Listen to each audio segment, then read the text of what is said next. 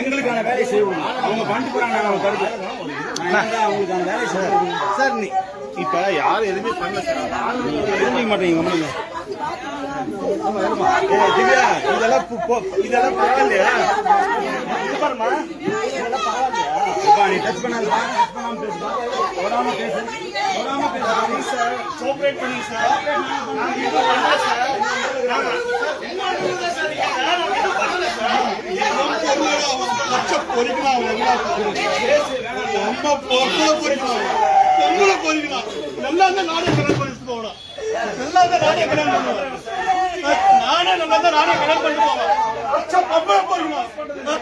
பொம்பளை